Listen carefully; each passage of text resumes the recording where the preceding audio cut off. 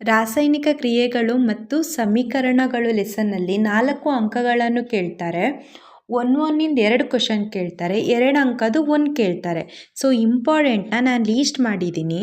ಮೊದಲನೇದು, ಅಂತರುಷ್ಣಕ ಕ್ರಿಯೆಗೆ ಒಂದು ಉದಾಹರಣೆ ಕೊಡಿ, ರಾಸಾಯನಿಕ ವಿಭಜನ ಕ್ರಿಯೆಗೆ ಒಂದು ಉದಾಹರಣೆ ಕೊಡಿ, ಅಥವಾ ಉಷ್ಣ ವಿಭಜನ ಕ್ರಿಯೆಗೆ ಒಂದು ಉದಾಹರಣೆ ಕೊಡಿ. ಉತ್ತರ ಬಂದು calcium carbonate, calcium oxide plus carbon dioxide.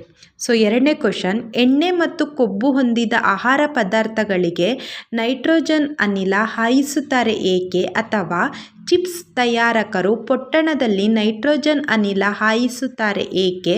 ಅಥವಾ ಕೊಬ್ಬು ಮತ್ತು ಎಣ್ಣೆ ಹೊಂದಿರುವ ಆಹಾರ ಪದಾರ್ಥಗಳಿಗೆ ಪ್ರತಿ ಉತ್ಕರ್ಷಕಗಳನ್ನು ಸೇರಿಸಲು ಕಾರಣ? ಉತ್ತರ ಬಂದು ಉತ್ಕರ್ಷಣೆಗೊಳ್ಳುವುದನ್ನು ತಡೆಯಲು.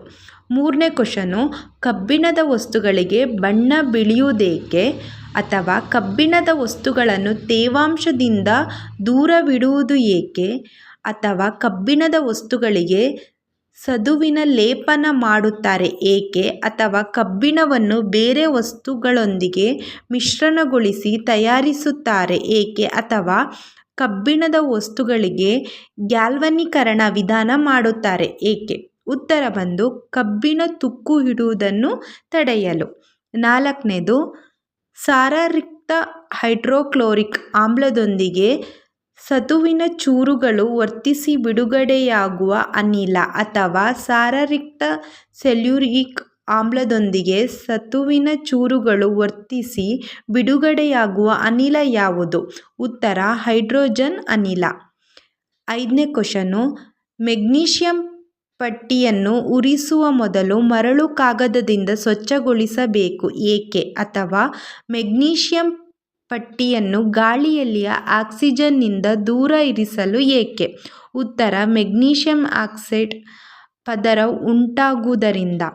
ಸಸ್ಯಜನ್ಯ ದ್ರವ್ಯಗಳ ವಿಘಟನೆಯಿಂದ ಕಾಂಪೋಸ್ಟ್ ಉಂಟಾಗುವುದು ಯಾವ ಕ್ರಿಯೆಯಾಗಿದೆ? ಅಥವಾ ಗ್ಲೂಕೋಸ್ ನಮ್ಮ ದೇಹದ ಜೀವಕೋಶಗಳಲ್ಲಿ ಆಕ್ಸಿಜನ್ನೊಂದಿಗೆ ಸಂಯೋಗವಾಗಿ ಶಕ್ತಿ ಬಿಡುಗಡೆಯಾಗುವುದು ಯಾವ ಕ್ರಿಯೆಯಾಗಿ?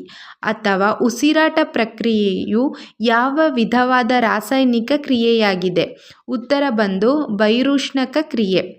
ಏಳನೇ ಕ್ವಶನು, ಬೆಳ್ಳಿಯ ಕ್ಲೋರೈಡ್ನ ಬಿಳಿಯ ಬಣ್ಣವು ಬೂದು ಬಣ್ಣಕ್ಕೆ ತಿರುಗಲು ಕಾರಣವಾಗಿರುವ ಅಂಶ ಯಾವುದು? ಅಥವಾ ಬೆಳ್ಳಿಯ ಬ್ರೋಮೈಡ್ನ ಬಿಳಿ ಬಣ್ಣವು ಬೂದು ಬಣ್ಣಕ್ಕೆ ತಿರುಗಲು ಕಾರಣವಾಗಿರುವ ಅಂಶ ಯಾವುದು? ಉತ್ತರ ಬಂದು ಸೂರ್ಯನ ಬೆಳಕು.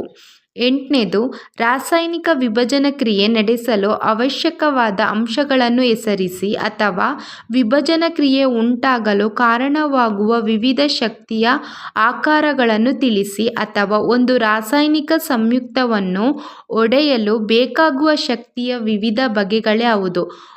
ಉತ್ತರ ವಿದ್ಯುತ್, ಬೆಳಕು, ಶಾಖ. ಒಂಬತ್ತನೇದು,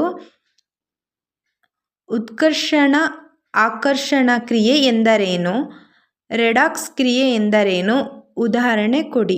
ಉತ್ತರ, ರಾಸಾಯನಿಕ ಕ್ರಿಯೆಯಲ್ಲಿ ಒಂದು ಪ್ರತಿವರ್ಧಕವು ಉತ್ಕರ್ಷಣಗೊಂಡು ಮತ್ತೊಂದು ಪ್ರತಿವರ್ಧಕವು ಆಕರ್ಷಣಗೊಂಡರೆ ಅಂತಹ ಕ್ರಿಯೆಯನ್ನು ಉತ್ಕರ್ಷಣ ಆಕರ್ಷಣ ಕ್ರಿಯೆ ಎನ್ನುತ್ತಾರೆ. ಉದಾಹರಣೆ, ತಾಮ್ರದ ಆಕ್ಸೈಡ್ ಪ್ಲಸ್ ಹೈಡ್ರೋಜನ್, ತಾಮ್ರ ಪ್ಲಸ್ ನೀರು.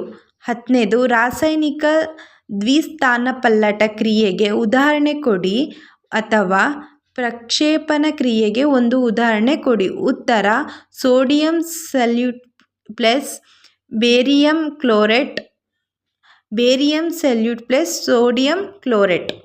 ಸೊ ಇವೆಲ್ಲ 1 ಮತ್ತು 2 ಅಂಕ. ಸೊ 2 ಅಂಕ ಬರೋದು ಇದೊಂದೇ, ಉತ್ಕರ್ಷಕ ಆಕರ್ಷಕ ಕ್ರಿಯೆ ಎಂದರೇನು ಅಥವಾ ರೆಡಾಕ್ಸ್ ಕ್ರಿಯೆ ಎಂದರೇನು, ಉದಾಹರಣೆ ಕೊಡಿ. ಇದು ಮಾತ್ರ 2 ಅಂಕಕ್ಕೆ ಬರೋದು, ಮತ್ತೆಲ್ಲ 1 ಅಂಕಕ್ಕೆ ಬರೋದು. ಇದು ಮೊದಲನೇ ಪಾಠದ ಇಂಪಾರ್ಟೆಂಟ್ ಕ್ವಶನ್ಸ್.